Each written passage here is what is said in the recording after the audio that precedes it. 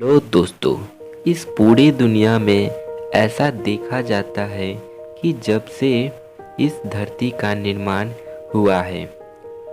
और जब से मानव ने अपनी बस्ती और समाज का निर्माण किया है, जिसके बाद कुछ वर्षों के दौरान शुरू से लेकर आज तक पता नहीं चल पाया है और यह बात सभी धर्मों के लोग इसे जानते हैं, लेकिन इसका जवाब आज तक किसी के पास नहीं है।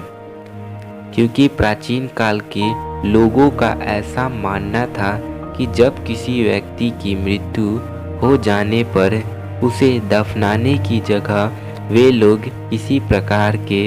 नित्य अभिक्रिया के द्वारा, शारीरिक रस्मों द्वारा, साथ में उस व्यक्ति से जुड़ी सभी चीज़ों को किसी मकबरे के अंदर छुपा दिया जाता था।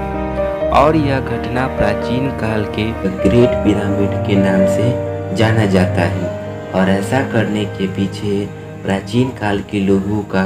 बहुत बड़ा रहस्य इसके अंदर दफनाया गया है। प्राचीन काल के लोगों का ऐसा मान्यता था कि इस तरह की अभिक्रिया द्वारा किसी मृतक व्यक्ति से संपर्क साधा जा सकता है। यानी कहने का मतलब यह हुआ कि प्राचीन काल के लोग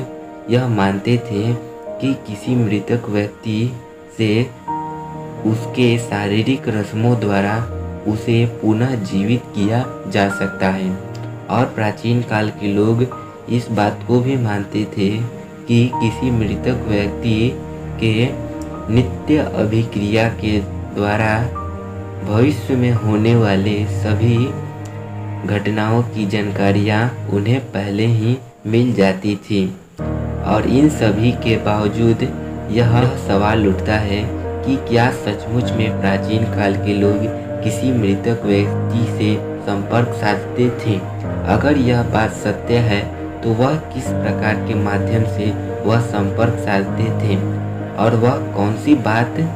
थी जिन्हें उन्हें भविष्य के लिए पहले से जान जाते थे?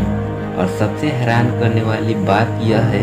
कि वह किसी मृतक व्यक्ति को पुनः कैसे जीवित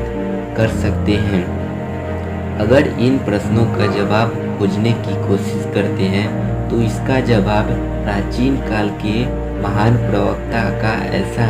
मान्यता है कि इसका जवाब भारत के प्राचीन के खंडहरों में देखा जा सकता है, जिसके लिए हमें नेपाल के लुम्बिनी स्थान में, जहाँ पर भगवान बुद्ध का जन्म हुआ था और उनके जीवन के दौरान जब भगवान बुद्ध ने अपना अंतिम शरीर को त्यागने के लिए तैयार हो गए, तब सभी लोगों ने उनके शारीरिक अंतिम अभिक्रिया के द्वारा उनके शारीरिक प्रतिमा को संग्रहित कर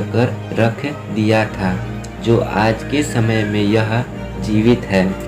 ऐसा करने के पीछे प्राचीन काल के लोगों का यह भी मान्यता थी कि जिसके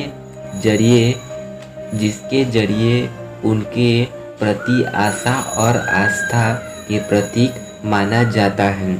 और ऐसा करने के पीछे उनके माध्यम से संपर्क साधन द्वारा उनसे स्वाभाविक शक्तियों से जुड़ने की कोशिश है।